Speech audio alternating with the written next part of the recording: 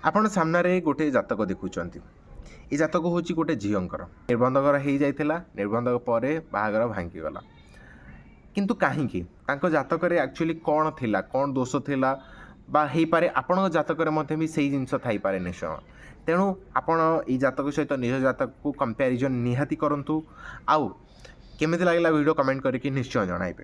ତେବେ ଚାଲନ୍ତୁ ଭିଡ଼ିଓଟି ଷ୍ଟାର୍ଟ କରିବା। ତାଙ୍କର ଡେଟ୍ ଅଫ୍ ବାର୍ଥ ହେଉଛି 2 ଏପ୍ରିଲ 1997 ମସିହା। ଜନ୍ମ ସମୟ ହେଉଛି 1:45 PM ଆଉ ଜନ୍ମସ୍ଥାନ ହେଉଛି ଲାତୁର, ମହାରାଷ୍ଟ୍ର। କିନ୍ତୁ ତାଙ୍କ ଜାତକର ଆନାଲିସିସ୍ କରିବା। ଏ ଜାତକ ହେଉଛି କର୍କଟ ଲଗ୍ନ ଆଉ ମକର ରାଶି। ଆପଣ ଯେତେବେଳେ ବି ଦେଖିବେ କୌଣସି ରାଶି ଆଉ ଲଗ୍ନ ଯଦି ପରସ୍ପର ମିତ୍ର ବା ସେମ୍ ଥାନ୍ତି ତାହେଲେ କେଉଁଠି ନା କେଉଁଠି ଆପଣଙ୍କୁ ସବୁ ଲାଇଫ୍ରେ ପଜିଟିଭ୍ ରେଜଲ୍ଟ ମିଳିବା ଷ୍ଟାର୍ଟ ହେଇଯାଇଥାଏ। କିନ୍ତୁ ଆଙ୍କ ଜାତକରେ ଯେହେତୁ ଲଗ୍ନାଧିପତି ଆଉ ରାଶିର ଅଧିପତି ଦୁଇ ଜଣ ଯାକ ପରସ୍ପର ଶତ୍ରୁ, ଶନି ଆଉ ଚନ୍ଦ୍ରମା ପରସ୍ପର ଶତ୍ରୁ ଅଟନ୍ତି। ତେଣୁକରି କେଉଁଠି ନା କେଉଁଠି ଲାଇଫ୍ରେ ସେତିକି ଲକ୍ଜରି, ସେତିକି କମ୍ଫର୍ଟ, ସେତିକି ଗ୍ରୋଥ୍ ସକ୍ସେସ୍ ଦେଖିବାକୁ ସେତିକି ମିଳିନାହିଁ ଏ ଜାତକରେ।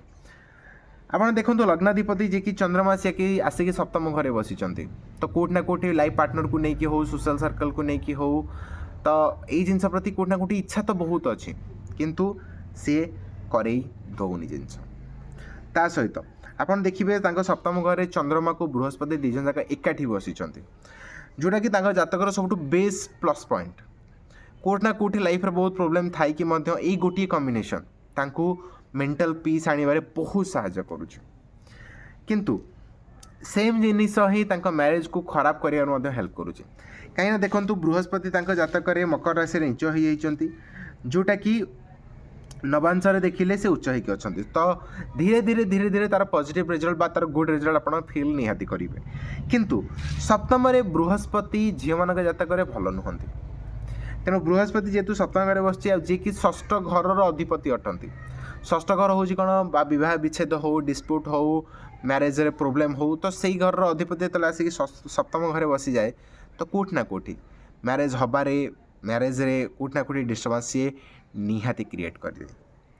ତା ସହିତ ଆପଣ ଆଉ ଗୋଟେ ଜିନିଷ ଦେଖନ୍ତୁ, ତାଙ୍କ ସପ୍ତମାଧିପତି ଯିଏକି ଶନି, ସିଏ ଆସିକି ରବି ସହିତ ବସିଛି।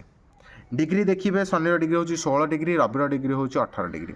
ତ ଏମାନେ ପୁରା କ୍ଲୋଜଲି ପାଖାପାଖି ହେଇକି ବସିଛନ୍ତି। ଶନି ଆଉ ରବି ଯେହେତୁ ଏକାଠି ବସିଛନ୍ତି ତ କେଉଁଠି ନା କେଉଁଠି ତାଙ୍କ ମାନ ସମ୍ମାନ ହାନି ହେବା, ତା ସହିତ ବଦନାମୀ ହେବାର ଶିକାର ଅଧିକ ହେବା।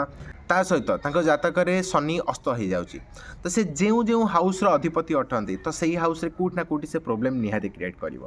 କାରଣ ତାଙ୍କ ଜାତକରେ ଶନି ହେଉଛି ସପ୍ତମାଧିପତି ଆଉ ଅଷ୍ଟମାଧିପତି, ତ କେଉଁଠି ନା କେଉଁଠି ସେଇ ହାଉସ୍ର ପ୍ରୋବ୍ଲେମ୍ ସେ ଡେଫିନେଟଲି କ୍ରିଏଟ୍ କରିବ, ଗ୍ୟାରେଣ୍ଟି। ତେଣୁକରି ସେଥିପାଇଁ ଯେହେତୁ ସପ୍ତମର ଅଧିପତି ଶନି ଅଟନ୍ତି, ତେଣୁ ସେ ସପ୍ତମ ଘର ଆଉ ଅଷ୍ଟମ ଘରର ଖୁସିଟାକୁ, ପଜିଟିଭ୍ ରେଜଲ୍ଟଟାକୁ କେଉଁଠି ନା କେଉଁଠି ହ୍ୟାମ୍ପର କରିଦେଲେ ନିହାତି ଭାବରେ, ଯାହାଫଳରେ ତାଙ୍କର ନିର୍ବନ୍ଧକର ହେଇକି ମଧ୍ୟ ଭାଙ୍ଗି ଗଲା ଅଟୋମେଟିକାଲି। ତା ସହିତ ଆଉ ଗୋଟେ ଜିନିଷ ଦେଖନ୍ତୁ, ତାଙ୍କର ସେକେଣ୍ଡ ହାଉସ୍ରେ ଦେଖନ୍ତୁ ମଙ୍ଗଳ ବସିଛି। ତ ମଙ୍ଗଳ ଭଳିଆ ଗୋଟେ ଉର୍ଜାବାନ ପ୍ଲାନେଟ୍ ଯେତେବେଳେ ସେକେଣ୍ଡ ହାଉସ୍ରେ ଆସିଯାଏ ତ ଦେଖିବେ ଆପଣଙ୍କ ବାଣୀରେ ଗୋଟେ ଆଗ୍ରେସିଭନେସ୍ ଆସିଯିବ, ଆପଣଙ୍କ ବାଣୀରେ ଗୋଟେ ସ୍ପିଡନେସ୍ ଆସିବ ଭାରି, ଆପଣଙ୍କ ବାଣୀରେ ଗୋଟେ ଅଥରିଟିଭ୍ ନେଚର୍ ଆସିବ ଭାରି। ଆଉ ତା ସହିତ ଆପଣଙ୍କର ବାଣୀରେ ଗୋଟେ ପୋଜେସିଭନେସ୍, ଗୋଟେ ପ୍ରୋଟେକ୍ସନ୍, ଗୋଟେ ଆଫେକ୍ସନ୍ ଅଟୋମେଟିକାଲି ଝଲକି ଆସିବ ନିହାତି। କିନ୍ତୁ ଏଇସବୁ ଜିନିଷ ଥାଇକି ମଧ୍ୟ ଆପଣଙ୍କ ବାଣୀରେ ଗୋଟେ ରୁକ୍ଷତା ଥାଏ। ଆପଣ ଚାହାନ୍ତୁ ବା ନ ଚାହାନ୍ତୁ ରାଗି କିଛି ବି ଜିନିଷ ଆପଣ ନିହାତି କହିଦେଇ ପାରନ୍ତି, ସୋ ଦ୍ୟାଟ୍ ସେଇଟା ମଧ୍ୟ ଆଗକୁ ଯାଇକି ଗୋଟେ ପ୍ରୋବ୍ଲେମ୍ ନିହାତି କ୍ରିଏଟ୍ କରିପାରେ। ତେଣୁ ଆପଣ ତା ପାଇଁ ସତର୍କତା ନିଶ୍ଚୟ ରୁହନ୍ତୁ। ଆଉ ତା ସହିତ ଆପଣ ଦେଖିବେ ତାଙ୍କ ଜାତକରେ ଶନି, ଶୁକ୍ର, ବୃହସ୍ପତି ତିନି ଜଣ ଯାକ କେଉଁଠି ନା କେଉଁଠି ରବିର ଏନର୍ଜି ଲାଗି ଦୁଇଟାକ ଅସ୍ତ ହୋଇଯାଇଛନ୍ତି। ତା ସହିତ ତାଙ୍କ ଜାତକରେ ରାହୁ ମଧ୍ୟ ତୃତୀୟ ଘରେ ବସି, ଯେଉଁଟାକି ବହୁତ ସୁନ୍ଦର ଜିନିଷ, ଯେଉଁଟାକି ତାଙ୍କୁ ମ୍ୟାନିପୁଲେସନ୍ କରିବା, ନୂଆ ନୂଆ ଜିନିଷ ଶିଖିବାରେ, କମ୍ୟୁନିକେସନ୍ କରିବାରେ ବହୁତ ହେଲ୍ପଫୁଲ୍ ନିହାତି ହେବ। ତା ସହିତ ତାଙ୍କ ଜାତକର ଗୋଟିଏ ହିଁ ପ୍ଲସ୍ ପଏଣ୍ଟ ହେଉଛି ଗୁରୁ ଆଉ ଚନ୍ଦ୍ରମାର ଯୋଗ, ଯେଉଁଟାକି ଆମ ଗଜକେଶରୀ ଯୋଗ କହିଥାଉ। ତ ଗଜକେଶରୀ ଯୋଗରେ ଯେଉଁମାନେ ଜନ୍ମ ହେଇଥାନ୍ତି ଆପଣ ଦେଖିବେ ଯେ ଆପଣଙ୍କ ଲାଇଫ୍ର ଅଧାରୁ ଅଧିକ ପ୍ରୋବ୍ଲେମ୍ ଅଟୋମେଟିକାଲି କେଉଁଠି ନା କେଉଁଠି ସଲ୍ଭ ହେଇଯାଏ। ତ ଗୁରୁ ଆଉ ଚନ୍ଦ୍ର ମାନେ ବୃହସ୍ପତି ଆଉ ଚନ୍ଦ୍ରମାର କଞ୍ଜଙ୍କ୍ସନ୍ ହେଇଗଲେ ଆପଣଙ୍କର ଲାଇଫଟାକୁ ସିଏ କମ୍ଫର୍ଟ ବନେଇ ଦିଏ, ଲାଇଫ୍ରେ ଏତେ ଟଫନେସ୍ କେବେ ବି ହେଲେ ରଖେନି।